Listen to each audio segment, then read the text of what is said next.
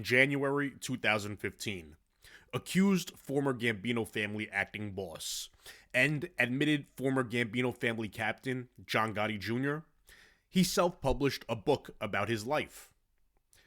Then, in February 2015 and March 2015, he appeared on CNN with Michael Smerconish and Coast to Coast AM with George Noory, where he said that he wrote the book by himself. I'm proud of this. I had written this myself.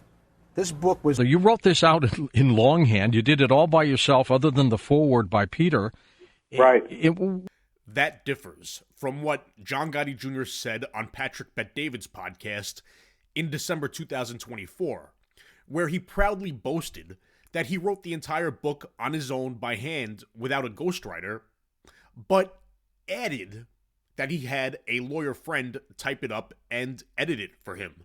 I wrote a 600-page book on my own. Nobody wrote it for me. No ghostwriter. I had written the book myself. I had a lawyer friend of mine who did the editing and typing for me. I don't know how to type. I did everything by longhand. I gave him all the pads, and he typed and edited for me, and I wrote the book by myself. That was a start.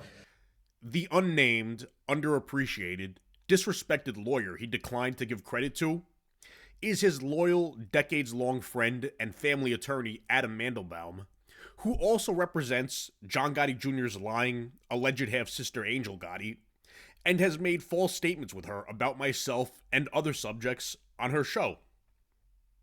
Adam Mandelbaum and I know each other. Widely regarded as a prick, he has blogged about dating advice for men and wrote that he is, quote, a poet whose work was broadcast nationwide on the syndicated show Romantic Hours. Which is funny, because I remember having dinner with him and John Gotti Jr. one time at a restaurant in Oyster Bay, Long Island, but on this occasion, Mandelbaum got highly inappropriate with a waitress who had a ring on her finger. In response, John just got up, humiliated, and walked out of the restaurant.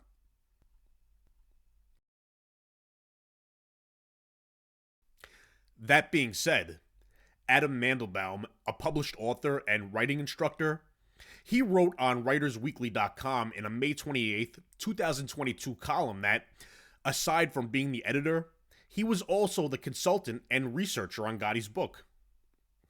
However, you'd be a fool not to believe that he was also the co-writer or ghostwriter of the book, which he was not credited in.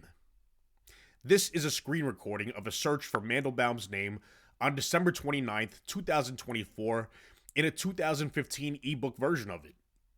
Nowhere in it is Mandelbaum credited for editing, researching, consulting on, typing up, or co-writing the book, if not ghostwriting entire chunks or chapters of it. John Gotti Jr. is not a writer, so it's unrealistic to think that Mandelbaum did not ghostwrite his book, especially since John Gotti Jr. has a history of taking credit for other people's work. Regardless, as for the editing of his book, there are numerous grammatical, spelling, and factual errors in it, as well as deceptive, out-of-context, and incomplete statements and stories in it that John Gotti Jr. has contradicted in his media appearances and interviews, which I'll elaborate on in a future video and in the book I'm writing, Imperfect Gangsters. My final thought: Adam Mandelbaum, who wrote that he lived at an international art colony in Mexico, which actually sounds like it might have been fun, he has claimed to be a practicing psychic. However, apparently, if he uses a crystal ball, he didn't foresee in it that John Gotti Jr. doing a proffer session in 2005, where he provided information on accused high-ranking Italian organized crime figures and their alleged involvement in numerous murders to the federal government. He didn't foresee or predict, or at least if he did, he didn't warn John Gotti Jr., it doesn't seem that he did, that doing so would turn out to be a complete disaster. One that would see the confidential FBI 302 memo documenting it being leaked to demented, woman-beating, deplorable mob rat John A. in 2014, who published it in his book in 2015.